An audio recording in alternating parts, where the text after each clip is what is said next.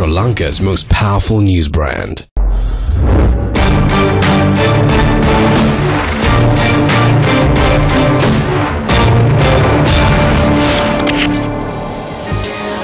Hello and welcome to Crosstalk, where all things are considered. I'm Peter Lavelle. Bitcoin, for some, it's the perfect marriage of technology and finance. For others, it's a get-rich scheme. Though no one can deny its market value is soaring and becoming an attractive alternative to the current global banking system. Is Bitcoin revolutionizing the world?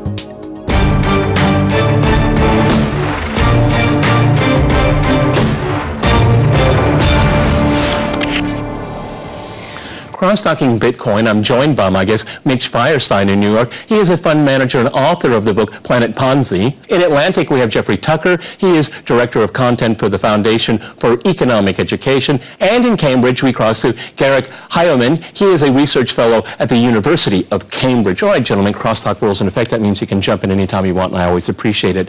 Gary, let me go to you first in Cambridge. Explain what is going on with Bitcoin. I mean, I'm of the age, and I used to work in finance. I can remember the dot-com bubble and then its meltdown here. Not being very well versed in Bitcoin, what is going on here? Is this just speculation, or is this the new shiny, radiant future? Go ahead in Cambridge. Right. Well, I think a little bit of both, to be honest. And certainly we've seen, some aspects of this story before, as you mentioned. After the dot-com bubble exploded in 2000, 2001, there were a number of winners that emerged from that era, and a number of new companies that were born after that have done quite well. Bitcoin has already been declared dead several times. In 2011, Wired wrote an article saying the rise and fall of Bitcoin. We saw the crash in 2014, yet it keeps coming back.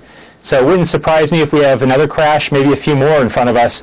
But it does seem that there's something important happening here with regards to the future of finance, the future of money. Yeah, well, at least for a small number of people that have become, at least, I guess, technically in the cloud somewhere, fabulously rich. It's really an amazing story. Jeffrey, I mean, Garrett called this, I think, in an article, a minor miracle. Would you use the word miracle here? Let me go to Jeffrey in Atlantic. Yeah, I read that article, and I appreciate that term, actually. It kind of is. Nobody ever thought anything like this was possible before 2008, before the white paper of October 2008. We didn't really have the means to do what the blockchain does today. Just for background, the blockchain is the real underlying technology of Bitcoin and the real reason for its value. Bitcoin is just an expression of that technological value. And blockchain allows us to do something we've always wanted to do since the ancient world, but never had the ability to do it.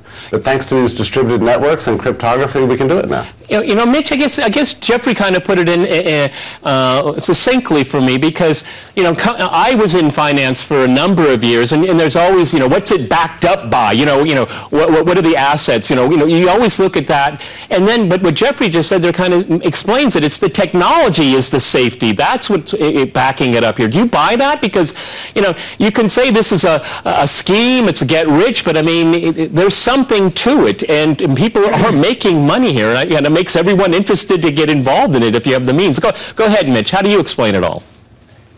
Well, I mean, we need perspective, I think. Bitcoin has come about in a time where the central banks, reckless central bank policy around the world has distorted every market, and too much credit, too much debt, and too much leverage have created instability in the financial markets. So we need to add perspective. So we need to look at risk versus reward with Bitcoin and the Bitcoin trade. So Bitcoin has gigantic volatility. You're seeing 30% moves either way in a day, or 40% moves. So it's not for the faint of heart. So, my perspective from an investor and being in the banking community internationally for 38 years, you look at the iconic figures like Jamie Dimon, who said it's a Ponzi scheme and it's going to zero. Right. He's totally wrong, but the establishment banks and the way that the fractional banking system works, people want to escape from that. People want to escape from the establishment. But what we've got going on here, just to be clear, is we've got inflation in every asset class. Stocks are trading at stratospheric valuations. Apple has a market cap eclipsing $1 trillion. Facebook at $600 billion. So if you look yesterday, if you look recently, you saw a pullback in the NASDAQ the FANG stocks, Facebook, Apple, and all the technology issues, they lost $60 billion in market cap in a day, where the market cap of Bitcoin is what, around $160 billion. So on a relative basis, it's a much smaller move, and it's a very emerging market. So I think we've got to look at where we are. And it's an alternative asset class. I mean, you're looking at art. A Leonardo da Vinci painting traded at $450 million. Right. So, I mean, we need to put it into the proper historical perspective. Now, stocks are way overvalued, so are bonds, and so is property. So people are looking to get out of the dollar system, and I happen to agree you need to diversify, but I think you should also get some precious metals, gold and silver, which have been currencies for 6,000 years. The dollar is backed by fundamentally nothing. Nothing. Okay, let me go back to Cambridge. I mean, there's a lot of people are saying that large investors are getting interested in Bitcoin. Is that distorting the price? Because they have the deep pockets at this price level to get into the market. Is there something behind that there? You know, because having been in finance, I mean, this is speculation. Okay, I mean, people are not buying on facts; they're buying on speculation right now. Go ahead, Garrett, in Cambridge. Right. I think certainly the hedge funds, the big whales that are coming in, the billionaires we read about, you know, are certainly influencing the price direction. But I think there's still a lot of money on the sidelines. I was at a hedge fund conference recently, and less than 20% of the funds in the room, and there are some pretty big funds in the room, have taken a step into this space. And I think the ones that have, a lot of them have done so as individuals rather than putting their funds in, because you know, it's still very difficult to short Bitcoin. Yep. There's major counterparty risk. A lot of the exchanges, cryptocurrency exchanges, won't do things like reveal their financials, their audited financials to funds. So things that, you know, hedge funds are used to having in typical markets they trade in are not in place yet here, but they're coming.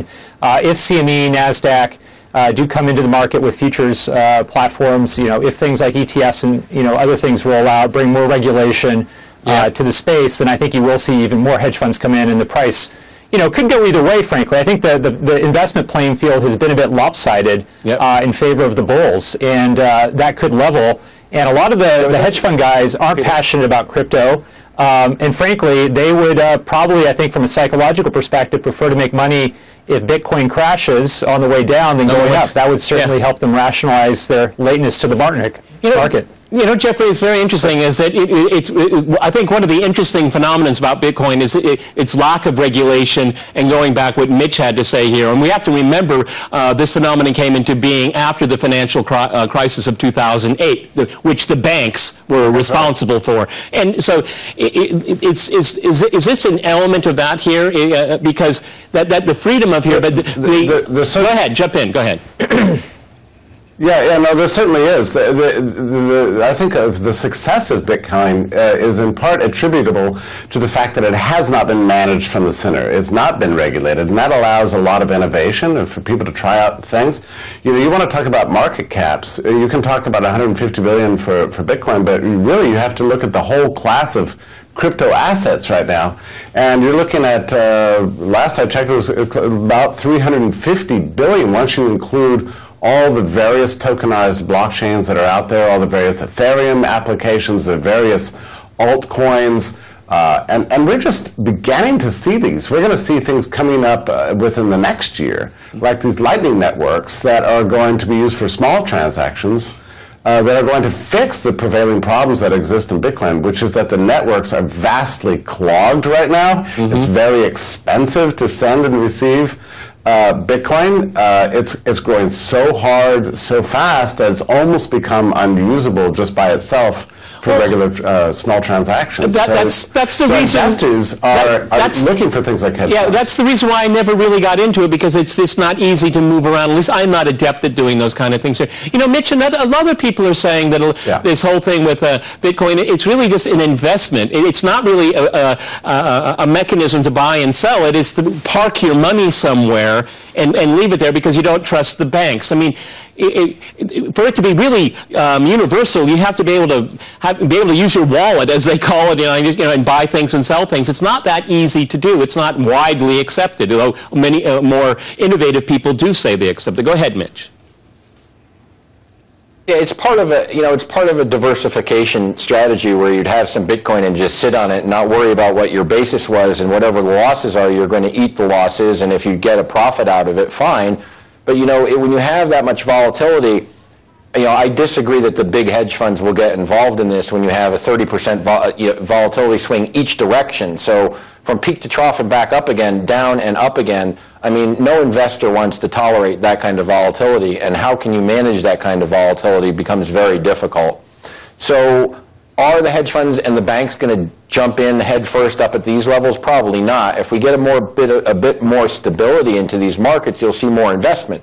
But also, from that risk-reward perspective, you've also got to keep in mind that this is a non-regulated market. That's the attractiveness from people. Right. But governments have overreach, like we're seeing in the media right now. The deep state runs America. They're trying to rewrite history here with these statue wars, and that's always a dangerous time. So if too many people get on the Bitcoin train and get on the crypto train, the government could come in one day and say it's illegal in this country, we're cracking down on everybody. Because right now when you open up an account, they demand the KYC, know your customer information, and they will, when it becomes bigger, they will try to regulate it and they will try to control it. It's difficult for the government to let anything come out of its grasp. The Federal Reserve prints willy-nilly trillions and trillions of dollars since we went off the gold standard, backed by nothing.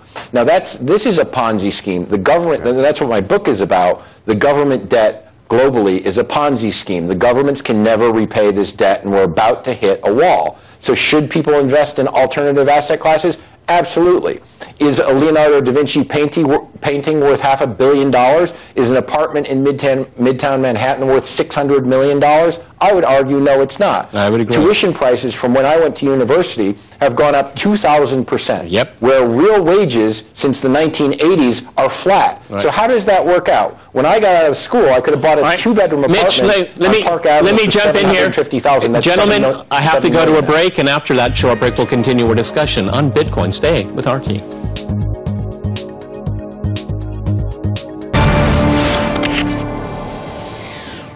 Welcome back to Crosstalk, where all things are considered. I'm Peter LaBelle. To remind you, we're discussing Bitcoin.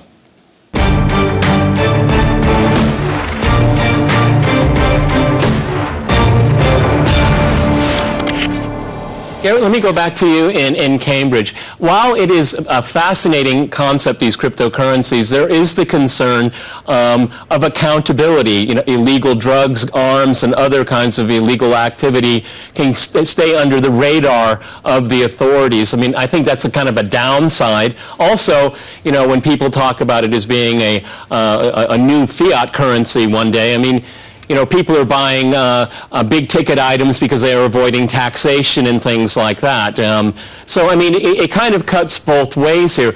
I guess really the most important question will be if this kinds of cryptocurrencies are successful, what is the temptation of governments to step in to regulate it, and would regulation kill it? Go ahead.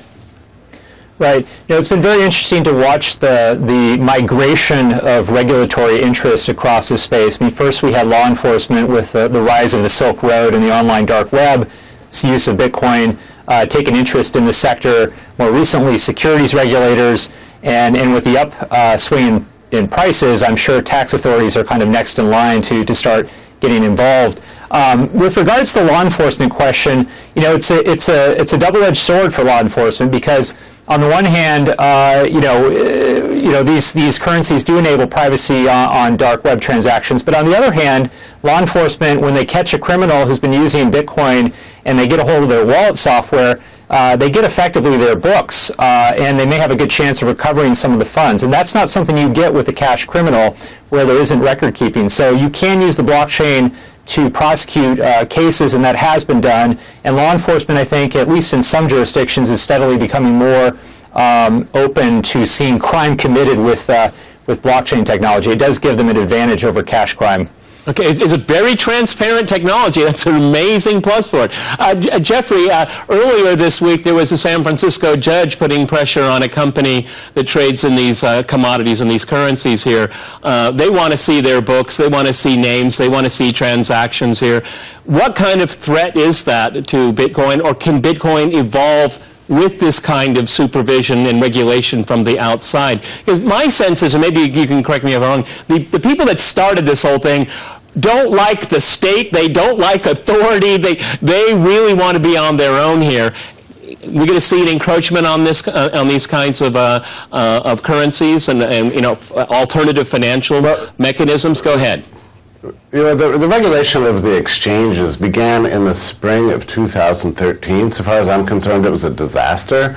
We would have been much further along without these regulations. This is the main way the government can control Bitcoin. It's not actually controlling Bitcoin. What they're doing is controlling the traffic between national monies and crypto assets coming and going. They can control that, and the U.S. has some of the worst regulations in the world on crypto assets right now, on these exchanges. Why is that? You know, Jeffrey, why is that? These markets are global. Why is that? Why is that situation exist in the U.S.? Well, because the regulators are trying to force a modern digital technology into an analog, old world style regulatory framework, and it's not working, and all it's doing is driving the innovation out of this country into other places. You know, you can buy Bitcoin much easier in a place like Israel than you can in the United States or in Brazil. You know, I've been to exchanges all over the world. Most of them are very free and easy, and there's a lot of entrepreneurship there. In the U.S., it's all about command and control. It's a huge mistake for American regulators to be taking this direction, because they're just going to drive the innovation and the capital outside the borders. Bitcoin and crypto assets in general are global technologies. They don't care about the nation state. Okay, Mitch, you know, address that issue there, because, I mean, the almighty dollar, it's a threat to, you know, Bitcoin and all these other things are a threat to the global domination of the dollar. It's obviously something the U.S. doesn't want to have happen. Right. I mean, we're talking about U.S. dollar hegemony. And, you know, my view is the days of U.S. dollar hegemony are very limited. Look, before the United States became the reserve currency, I think in 1913, when they created the Federal Reserve, which is a disaster that should be shuttered, the British sterling was the reserve currency of the world for 300 years. Now, was the United States responsible with the petrodollar and going off the gold standard in the Nixon era? I would argue no. I would argue that this has caused market distortion. I would argue that the central bank policies in the last 10 years have been more destructive than the good that they've provided, because I don't see that we've created growth for the trillions of dollars in debt that we've created. Now, as we saw in the last administration in Washington, big government is in right now. So our government is gargantuan, and they want overreach with everything in every part of people's lives in America. And to do that, if you get an iron fist on the banking system and make people take away cash, like one of the professors at Harvard wrote a book to get rid of all cash, make people put their money into the bank. This is a very dangerous thing. That's why people are migrating to other platforms. So we're at a point in time in history that could be very pivotal as to how we move forward with this. But the media is controlled, and if you look at regulation, they don't regulate companies like Amazon that dips their fingers into everything and every different business, or Facebook or Google that have become oligarchies, and basically they're controlling the content that everybody sees. And this is where the regulatory agency should be looking, not to control people's currency movements or whether they want to buy gold or invest a bit in Bitcoin. They should look at controlling the Facebooks, the Googles, and looking at news, the news entities, because news in this country has become opinion and political advocacy. Yeah. And this is a way for the liberal left to rewrite history, which is extremely dangerous. If we look, Mark Thompson, who ran BBC during the Jimmy Savile pedophile scandal, snuck out of London and came to run the New York Times. And people forget about history and where people are and how they move around, but the same establishment figures are running things. Well, 160 companies used to control the media, now it's down to 6. Yeah. One of the things back in Cambridge, one of the things I find appealing about Bitcoin, and I can't say that I'm an expert on it by a long shot, it seems to promote entrepreneurship, which I think is a really good thing. Again, people that want to get out of the system, away from the system, away from regulation. Is it fair to say that these cryptocurrencies would be good for innovation? I think absolutely. I don't think anyone doubts that. And I think actually, I think people can argue about how bad the regulation is, but in certain markets there's been a very pro-cryptocurrency attitude because of the innovative aspects of it, and people are taking a much lighter touch in Switzerland and in the UK even and elsewhere because of the amount of investment that's coming in, because of the faster, cheaper, better ways we can do things with this technology. And not just the technology itself, but also the new funding channels that are opening up. I mean, the ICO phenomenon, which we haven't really talked about, is on the one hand scary because there are some projects out there that clearly are fraudulent. But at the same time, you're also opening up access to early stage technology, to seed stage technology, to anyone around the world with an internet connection. This used to be something you had to be a rich VC to be able to do. Now, if you have a computer, have a little cryptocurrency, you can invest in early stage technology. That has a lot of risks, and it also has a lot of opportunities. It's personally, for me, I think, an exciting part of this story. Mitch, Yeah, I'm glad you brought that up. Oh, okay. Jeffrey, go ahead, jump in. Yeah, no, I'm glad you brought up this point about the ICO, because they've been kind of smeared in the financial press as being, just scams. And it's true, there's some rackets out there, but truth is that this is an amazing innovation. That it allows people to raise any business to raise money from anybody without using any financial intermediaries. I mean, the amount of innovation and capital that's going to unleash on the planet Earth is beyond belief. I mean, it's inconceivable what the ICO market could do to transform the nature of capital markets themselves over the next 10 years. Yeah. Mitch, go ahead, jump in. The issue with the ICO market, as I see it, it's an exciting market, but it's the wild, wild west in early days. And what's going to happen is the propaganda bullhorns of the media and advocates for the JP Morgans and the Goldmans who are being infringed upon when these offerings come out, and they're not going to get their fees. So what will happen is they'll make an example out of one that fails, like the media does. They'll have, blow it up into a epic proportion. This is bad. You're going to get ripped off. Don't do this. Give us your money. Only invest through something that we vet for you. So yeah, there will be winners and losers, and you have to keep the perspective. Like I said at the beginning, there's perspective and risk and reward, and don't go out and mortgage your house and put everything into Bitcoin or an ICO. But look, you look at this as a portion of your portfolio and have a diversification in your portfolio. And when you go into a high-risk thing like an ICO, do your due diligence, do your own homework. And like I say in my book, don't ever invest in anything that you don't fully understand. If you don't fully understand it and you invest in it, then you deserve to lose what you lose. But if you give it your best, don't put all your money into it. Don't put all your eggs in one basket. Diversify, put a little bit into it, and if you take a loss on that and you make a profit somewhere else, then you can balance out. But your payout with some of these is going to be exponential, as we've witnessed before. The problem comes in when you try to harness the volatility. Okay, Gary, let me go back to you in Cambridge, give you the last word here. What does Bitcoin and similar currencies, what do they have to do to create confidence in people that just see it as too risky? What maybe one or two steps they need to install? Well, I think, similar to the mid to late 90s during the dot-com kind of run-up, we're in the infrastructure building phase for cryptocurrency and crypto assets. I mean, yesterday we had 3 major exchanges experience significant problems. 2 of those exchanges are going to be relied upon by CME for their futures market. That simply can't happen, on a regular basis like it does for this market to be taken seriously by institutions, to be trusted by a broader class of individuals. So more capital markets infrastructure is needed. The right balance of regulation is needed. And I think people absolutely need to understand that this is still very early stage, very volatile. I agree with the comments that have been made about only put into this what you can afford to lose, because it is still very high risk. Okay, well, it's been an interesting ride. I'm sure we're going to see a lot more ahead. That's all the time we have, gentlemen. Many thanks to my guests in New York, Atlanta, and in Cambridge. And thanks to our viewers for watching us here at RT. See you next time. And remember, crosstalk rules.